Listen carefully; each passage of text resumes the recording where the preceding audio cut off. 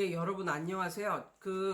저한테 이메일이나 혹은 문자 혹은 단문으로 약간 공부방을 시작했는데 아니면 시작하려 하는데 좀 너무 안 된다라는 그런 상담 문자 같은 걸 요즘 들어서 좀 받고 있습니다. 예, 그 중에 한 케이스는 8달이 됐는데 공부방을 런칭한 지 8달인가 뭐 그렇게 됐는데 정말 공부 더럽게 안 하고 그냥 그런 애 딱 한 명만 가르치고 있으시다는 거예요. 그러면 얼마나 진이 빠지겠습니까? 그래서 오늘은 공부방 시작을 어떻게 하는가에 대해서 말씀을 드릴게요. 제일 첫 번째, 공부방 시작을 하는 제 첫 번째 단계는요, 신고를 하는 거예요. 교육청 가서 공부방 허가를 내는 것입니다. 그게 가장 중요해요. 그런데 대부분의 경우는 공부방 허가를 안 내고 하시는 분들이 있는데 그 이유는 세금 두드려 맞을까봐. 그런데 세금 두드려 맞는 거는 몇십 명, 5, 60명 아니면 100명 될 때나 될 때 우리 한번 고민을 해 보자고요. 아무리 악랄한 국세청이라도 애들 한두 명 앉혀놓고 공부방 하는데 거기다가 세금 두드려 맞게 그렇게 하는 곳은 이 세상이 없다. 10명, 20명 될 때까지는 세금에 대해서는 걱정을 하지 마세요. 그리고 사실 까놓고 말해서 우리끼리 얘기지만 공부방 할 때 엄마들이 물론 공부방을 하면 카드 단말기 이것도 설치를 할 수가 있어요, 집에. 근데 대부분 엄마들이 공부방을 보내는 엄마들은 그냥 돈으로 주십니다. 계좌 이체를 해 주세요. 그럼 아니면 애들 편에 그냥 돈을 보내든가. 대부분은 공부방은 돈을 많이 주세요. 그래서 이거는 카드가 아니기 때문에 공부방은 100% 이렇게 뭐 드러나는 것도 아니고, 그래서 전혀 세금 걱정은 제발 전혀 하지 마세요. 세금 걱정은 제발 한 50명 이상, 100명 되면 그때 시작해도 늦지 않습니다. 그래서 첫 번째, 공부방 허가를 내라. 이것은 중요해요. 두 번째, 이것도 중요한데 내가 여기서 공부방을 하고 있는지를 알려야 됩니다. 근데 뭐 알리라니까 나가서 전단지 뿌리느냐 이게 아니라 일단 본인이 사는 집이 아파트라면 아파트에다가 썬팅, 그쵸? 썬팅을 쫙 붙인다든가 아니면 현수막. 근데 또 현수막이 또 되는 아파트가 있고 또 안 되는 아파트가 있거든요. 아무튼 되는 아파트는 그냥 쫙 현수막 거시고 안 되는 아파트 같으면 썬팅 그런 거를 창문에다가 하셔야 됩니다. 그리고 또 세 번째 조건이 뭐냐면 공부방을 꾸미는데 거실을 공부방으로 꾸밀 거냐 아니면 작은 방을 공부방으로 꾸밀 거냐.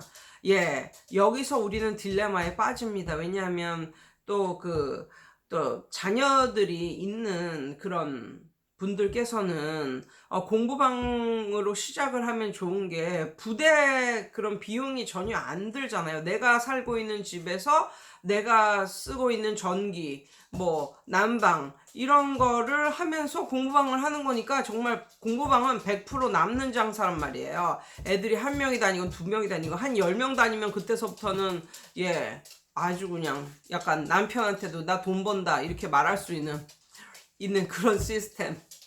그게 공부방 아닙니까? 그런데 이걸 거실에다 할지 아니면 작은 방에다 할지를 고민을 하시는데 일단 공부방을 시작하셨으면 사실은 거실에다가 꾸미는 게 맞아요. 왜냐하면 아이들이 이제 공부를 하러 오는데 거실에다가 꾸미든가 아니면 방 중에서 제일 넓은 방에다가 공부방을 꾸미시는 게 맞는 것 같아요. 왜냐면 애가 공부를 하러 오는데 얼마나 답답할 거예요. 만약에 제일 작은 방에다가 공부방을 꾸몄다. 그리고 초창기라서 선생님하고 뭐 독대를 하는 분위기다. 아니면 애들도 한두 명밖에 없다라고 했을 때 좁은 방에서 선생님과 독대하는 걸 좋아하는 애들은 없어요. 예. 그러니까 공부방을 맨 처음에 만드셨을 때 맨 처음에는 애들이 안 오니까, 그리고 우리 자녀들이 왔다 갔다 하는데 좀 불편하니까 가장 작은 방을 공부방으로 꾸미는 그런 생각을 하시는 분들이 많은데, 일단 공부방을 하기로 작정을 하셨으면 모든 건 커스터머 위주로 꾸미시는 게 맞습니다. 그래서 한 명이건 두 명이건 일단 공부방에 왔을 때 좀 쾌적한 분위기, 쾌적한 분위기가 좋지, 가장 작은 골방에 기도하러 들어가는 것도 아니고, 이거는 공부하러 들어가는데 선생님하고 둘이 이렇게 있는 데서 거기서 1시간을 있는다는 생각을 해보세요. 얼마나 답답해요. 예.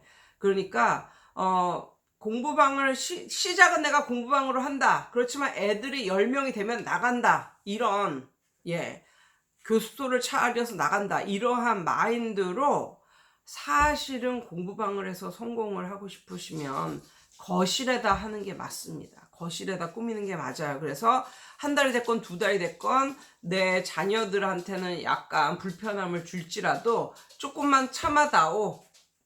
이런 마인드가 맞아요. 그런데 정 불편해한다 애들이. 그럴 때는 방 중에서 좀 더 큰 방, 그러니까 골방 말고 큰 방, 그러니까 안방은 안 되겠지만 두 번째로 큰 방을 공부방으로 시작하시는 게 맞는 것 같아요. 그리고 이제 세 번째까지 했죠. 이제 네 번째는 뭐냐면 학교 앞에서 전단지를 돌리셔야 됩니다. 작은 판촉물과 함께 뭐 볼펜이건 연필이건 노트건 학교 앞에서, 아니면은 아파트 앞에서, 얼마나 이런 걸 해본 적이 없는 사람들은 얼마나 이게 창피하고 쪽팔릴 일일까요?